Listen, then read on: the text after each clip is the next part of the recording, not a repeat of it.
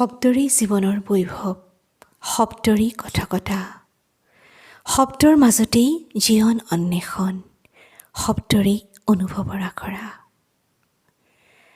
আগবঢ়াইছোঁ এটি কণমানি চুটি গল্প, কিমান আকুল এই হৃদয়। গল্পকাৰ মৃদুস্মিতা শৰ্মা।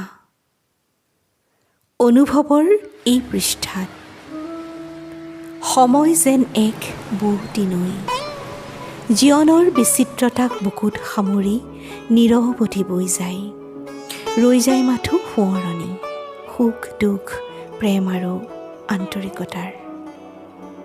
বহি বহি তাকেই ভাবি আছে চন্দ্ৰামিতাই, কিমান সলনি হৈ গ'ল তাইৰ জীৱন। ফুল তৰা গান লৈ সময় কটাবলৈ বিচৰা ছোৱালীজনী সোমাই পৰিল এক ৰুটিনবদ্ধ জীৱনত। কৰ্মব্যস্ততাই কাঢ়ি ল'লে জীৱনৰ আলফুলীয়া সময়বোৰ। কিমান দিন যে হ'ল চন্দ্ৰামিতাই অৰুণাভক লগ পোৱা নাই। ইমান ব্যস্ত তাইৰ প্ৰিয় ল'ৰাজন। কেতিয়াবা তাইৰ প্ৰচণ্ড খং উঠে অৰুণাভৰ ওপৰত। ব্যস্ত হ'ল বুলিয়েই ফোন এটাটো কৰিব পাৰে। অভিমানতে তাইও নকৰে। বহুবাৰ এনে হৈছে। অৰুণাভৰ এটাই উত্তৰ, তোমাৰ হাততো এটা মোবাইল আছে, তেন্তে ময়োতো একেদৰেই ভাবিব পাৰোঁ। কি ক'ব তাই? ভাৱনাতে বহু সময় পাৰ হ'ল। ক্ৰমাৎ ৰাতি গভীৰ হৈ আহিছে। তাই প্ৰিয় গীত দুটামানকে শুনিবলৈ ল'লে। শোৱাৰ আগেয়ে গীত শুনাৰ আমেজকণ বহুত সুকীয়া। বহুত ৰাতিলৈ তাই গীত শুনে। লাহে লাহে নিদ্ৰা দেৱীয়ে আকোৱালি লয় তাইৰ মান অভিমানেৰে পূৰ্ণ কোমল শৰীৰটো। তেতিয়াও বাজি থাকে তাইৰ প্ৰিয় তৰালী শৰ্মাৰ এই গীতটি।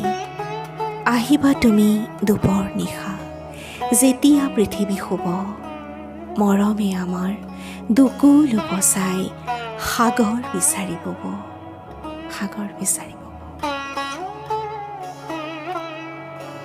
অনুভৱৰ ইটো পৃষ্ঠাত